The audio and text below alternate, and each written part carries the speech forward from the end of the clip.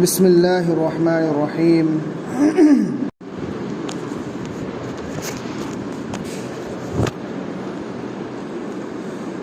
بسم الله الرحمن الرحيم.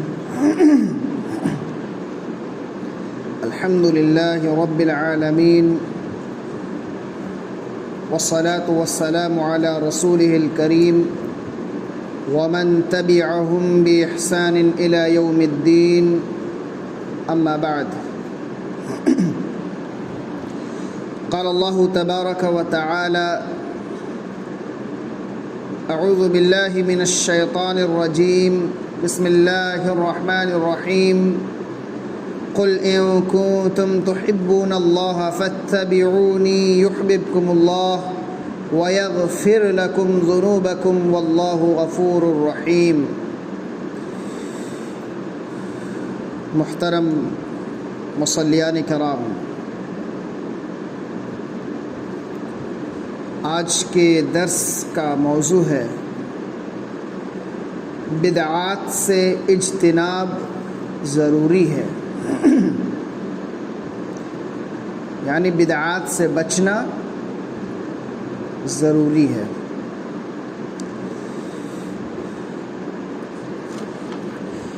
بدعات، یہ بدعت کی جمع ہے۔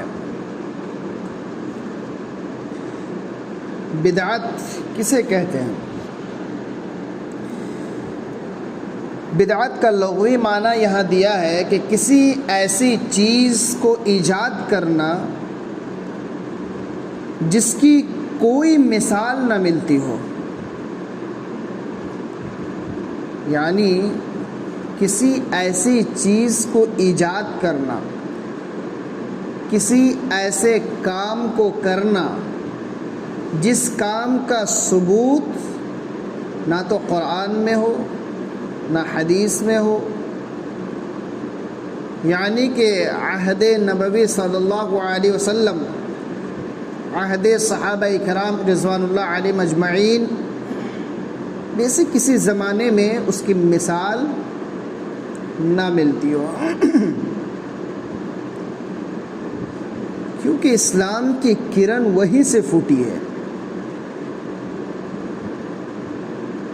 رب کائنات نے نبی اکرم صلی اللہ علیہ وسلم کو بذریعہ وحی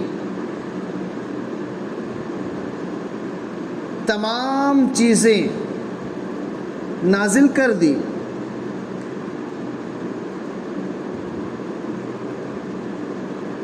یہاں تک کہ نبی اکرم صلی اللہ علیہ وسلم کی زبانی یہ اعلان بھی کروا دیا کہ الیوم اکملت لکم دینکم، کہ آج کے دن میں نے تم پر تمہارا دین مکمل کر دیا، اور یہ آیت حجۃ الوداع کے موقع پر نازل ہوئی تھی، یعنی کہ دین اسی وقت مکمل ہو چکا ہے۔ تو بدعت کی تعریف کیا ہے؟ کسی ایسی چیز کو ایجاد کرنا، کسی ایسے کام کو کرنا جس کام کی مثال نہ ملتی ہو، یہ لغوی تعریف ہے۔ اور اصطلاحی تعریف بدعت کی کیا ہے؟ کہ دین میں نئی عبادات ایجاد کرنا جس کی شریعت میں کوئی اصل اور دلیل نہ ہو دین میں، یعنی ہم مسلمان ہیں، ہمارا دین کیا ہے؟ اسلام۔ تو اسلام میں جتنی بھی عبادتیں ہیں تمام عبادتوں کے تعلق سے بتلا دیا گیا ہے، جتنی بھی عبادتیں ہیں تمام کی تمام عبادتیں اور ان کے طریقے کتاب و سنت میں محفوظ ہیں۔ ان تمام عبادتوں کے طریقوں کو چھوڑ کر اگر اپنی طرف سے ہم نے کسی ایسے کام کو کرنا شروع کر دیا نیکیاں سمجھ کر، جس کام کا ثبوت کتاب و سنت میں نہیں ہے تو وہ بدعت ہے۔ یہ اس کی تعریف ہے۔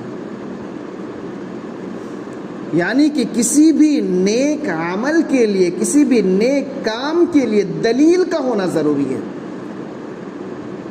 اگر دلیل موجود ہے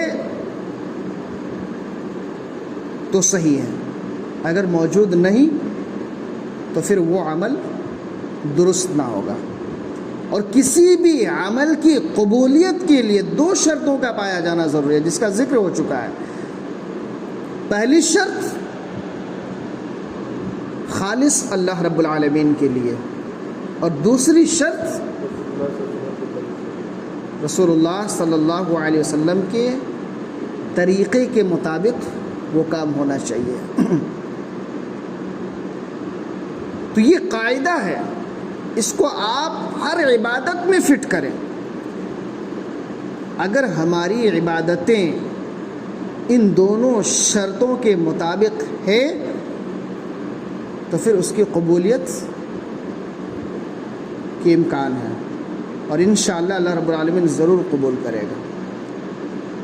لیکن اگر ان دونوں میں سے کوئی ایک شرط پایا جا رہا ہو اور دوسری شرط مفقود ہو تو یقیناً وہ عمل قبول نہیں ہوگا۔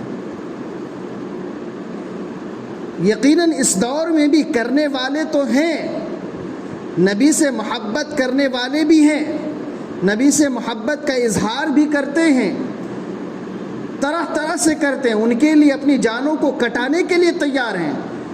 لیکن محبت کرنے کا جو طریقہ صحابہ کرام کا تھا، کیا وہ طریقہ موجود ہے؟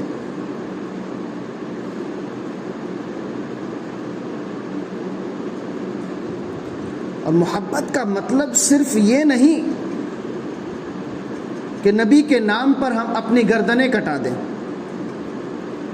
حقیقی محبت تو نبی اکرم صلی اللہ علیہ وسلم کی اطاعت ہے، ان کی اتباع ہے، ان کی پیروی ہے۔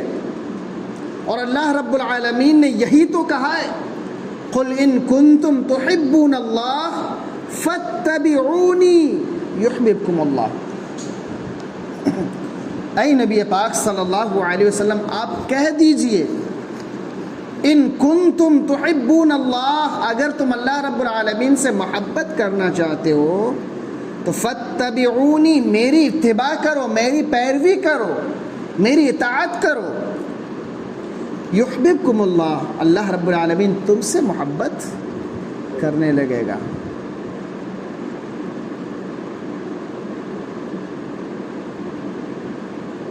یہ قرآن کریم کی آیت ہے، سورہ آل عمران آیت نمبر 31 ہے۔ اللہ کیا فرما رہا ہے؟ قل، اے نبی پاک صلی اللہ علیہ وسلم آپ کہہ دیجئے، ان کنتم تحبون اللہ، اگر تم اللہ سے محبت کرنا چاہتے ہو، فاتبعونی، میری اتباع کرو۔ کیا نبی کی اتباع، نبی کی پیروی، نبی کی اطاعت ہمارے اندر ہے؟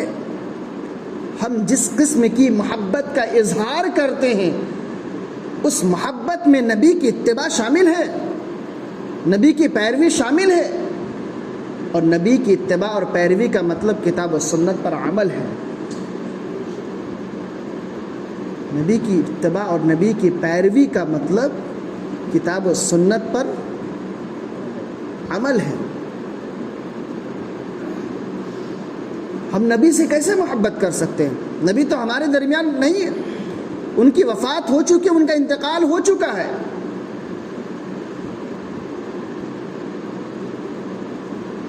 من اطاعنی دخل الجنہ ومن عصانی فقد ابی، جس نے میری اطاعت کیا وہ جنت میں داخل ہو گیا، اور جس نے میری نافرمانی کیا اس نے میرا انکار کیا۔ اور نبی کا انکار کرنا، اس کا مطلب یہ کہ اپنے آپ کو اس نے جہنم کا مستحق قرار دیا۔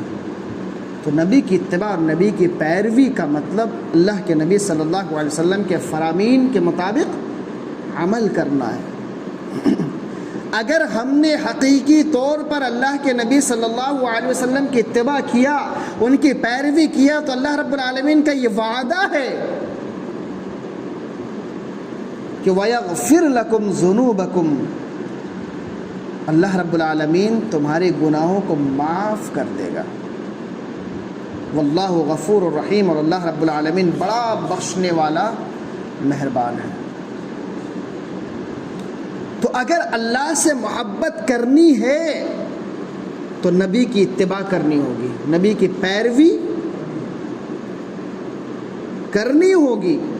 اور اگر ہم نے نبی کی پیروی کیا، نبی کی اتباع کیا، کتاب و سنت کے مطابق ہم نے عمل کیا، تو پھر اللہ رب العالمین ہمارے گناہوں کو معاف کر دے گا، کیونکہ اللہ بڑا بخشنے والا ہے اور مہربان ہے. اس سے یہ بات بھی معلوم ہو رہی ہے اس آیت کریمہ سے کہ اللہ رب العالمین نبی کی اطاعت و پیروی کرنے والوں کے لیے ہی آخرت میں مہربان ہوگا.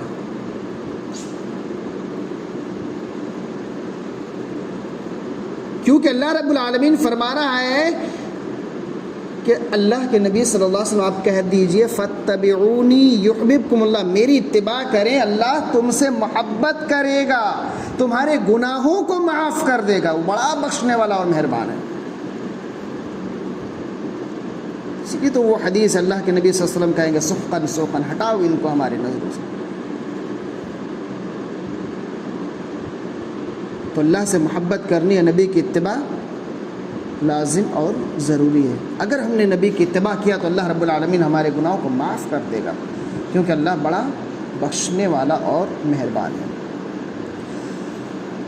تو معلوم ہوا کہ دین میں نئی باتوں کا ایجاد کرنا، نئے کام کو کرنا، جن کاموں کی دلیل کتاب و سنت میں نہیں ہے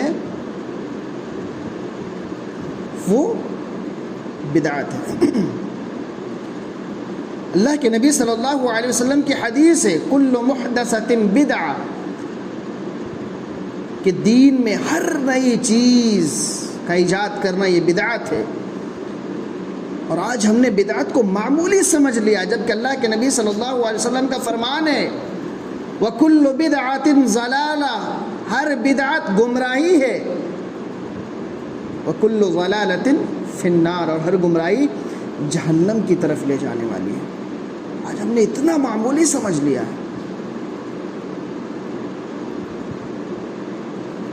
کہ دین میں، شریعت میں اپنی منمانی ہم نے کرنا شروع کر دیا ہے، اور کسی نئے کام کو کرنا، کسی نئی عبادت کو انجام دینا، اس کا مطلب یہ ہے کہ اللہ کے نبی صلی اللہ علیہ وسلم نے مکمل طور پر اللہ کے دین کو اللہ کے بندوں تک نہیں پہنچایا ہے. نعوذ باللہ من ذالک. جبکہ اللہ کے نبی صلی اللہ علیہ وسلم نے مکمل طور پر پہنچا دیا ہے. کیونکہ اللہ کے نبی صلی اللہ علیہ وسلم کا جو حجۃ الوداع کا خطبہ ہوا تھا، اس خطبے میں اللہ کے نبی صلی اللہ علیہ وسلم نے سب سے آخر میں صحابہ کرام سے پوچھا تھا، اے میرے صحابیوں، کیا میں نے اللہ کا دین تم تک نہیں پہنچایا ہے؟ کیا میں نے مکمل طور پر نہیں پہنچایا؟ تمام صحابہ کرام نے بیک زبان ہو کر کہا تھا، یا رسول اللہ آپ نے پہنچا دیا ہے. گویا کہ دین کی تکمیل کے بعد شریعت میں نئی عبادت کا ایجاد کرنا یہ اس بات کی دلیل ہے کہ ہم یہ اقرار کرتے ہیں کہ اللہ کے نبی صلی اللہ علیہ وسلم نے مکمل طور پر اللہ کے بندوں تک اللہ کے دین کو نہیں پہنچایا ہے. یا تو اللہ کے نبی صلی اللہ علیہ وسلم کو معلوم تھا لیکن آپ صلی اللہ علیہ وسلم نے چھپا کر رکھا ہے،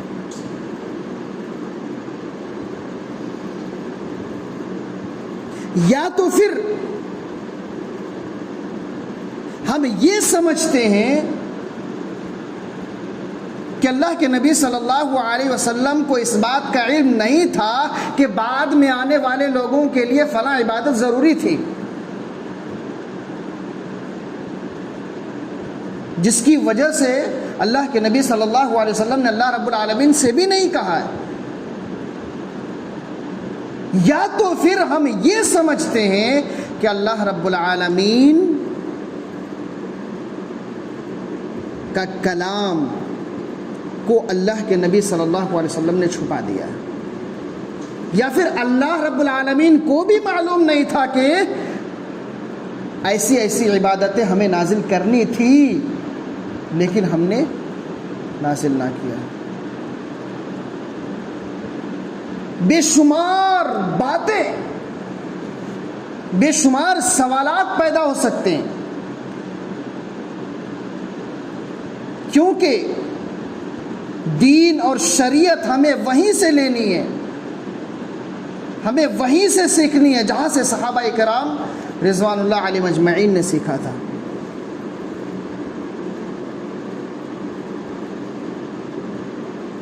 تو شریعت میں، دین میں کسی نئی عبادت کا ایجاد کرنا بے شمار سوالات کو پیدا کرنے کا سبب ہے اور بے شمار چیزوں کو ٹھکرانے کا سبب ہے. بظاہر یہ بات معمولی سی نظر آتی ہے، وَكُلُّ بِدْعَةٍ ضَلَالَةٍ وَكُلُّ ضَلَالَةٍ فِي النَّارِ، کہ ہر بدعت گمراہی اور ہر گمراہی جہنم کی طرف لے جانے والی ہے.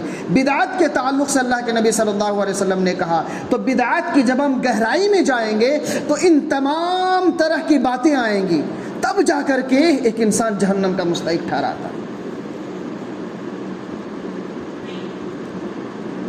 تو یقیناً ہمیں دین اور شریعت وہیں سے لینی ہے جہاں سے صحابہ کرام رضوان اللہ علیہم اجمعین نے لیا تھا. کیونکہ صحابہ کرام رضوان اللہ علیہم اجمعین نے اللہ کے نبی صلی اللہ علیہ وسلم سے لیا تھا تو اللہ کے نبی صلی اللہ علیہ وسلم کے اختیار میں بھی نہیں تھا کہ ہم فلاں فلاں عبادت کو جاری و ساری کریں، بلکہ اللہ رب العالمین کی جانب سے حکم ہوتا تھا، پھر نبی اکرم صلی اللہ علیہ وسلم صحابہ کرام رضوان اللہ علیہم اجمعین کو بتاتے تھے.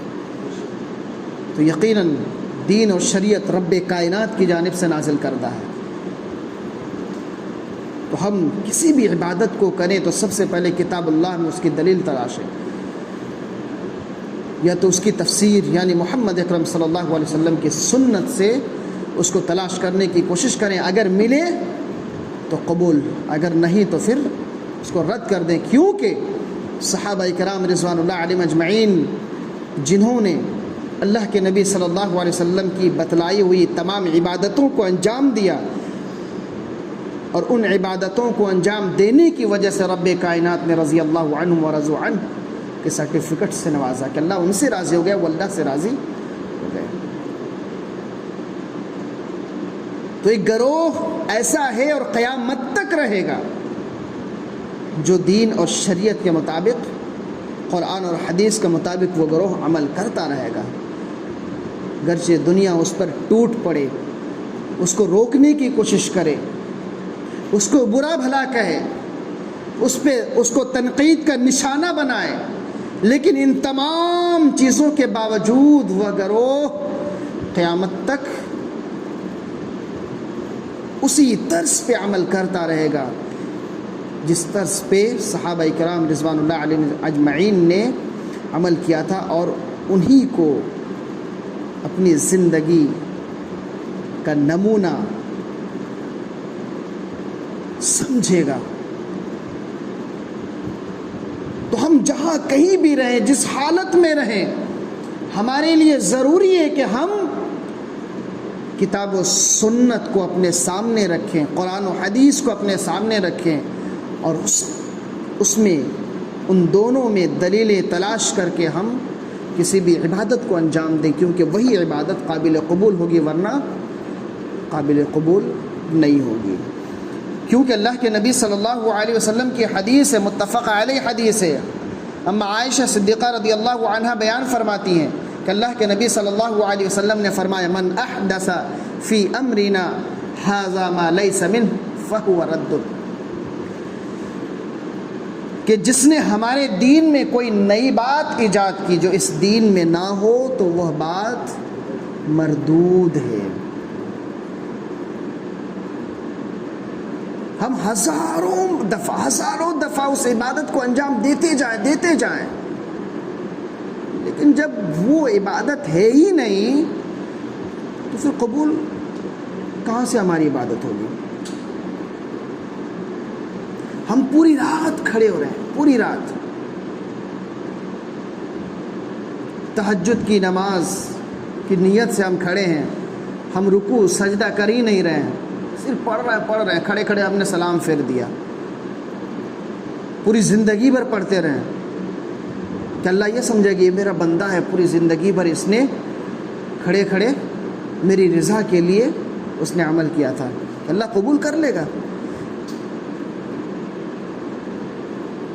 بندہ خالص اللہ کے لیے کرے گا بھی تو طریقہ محمد صلی اللہ علیہ وسلم اس پہ نہیں، جس کی وجہ سے وہ عمل مردود ہے۔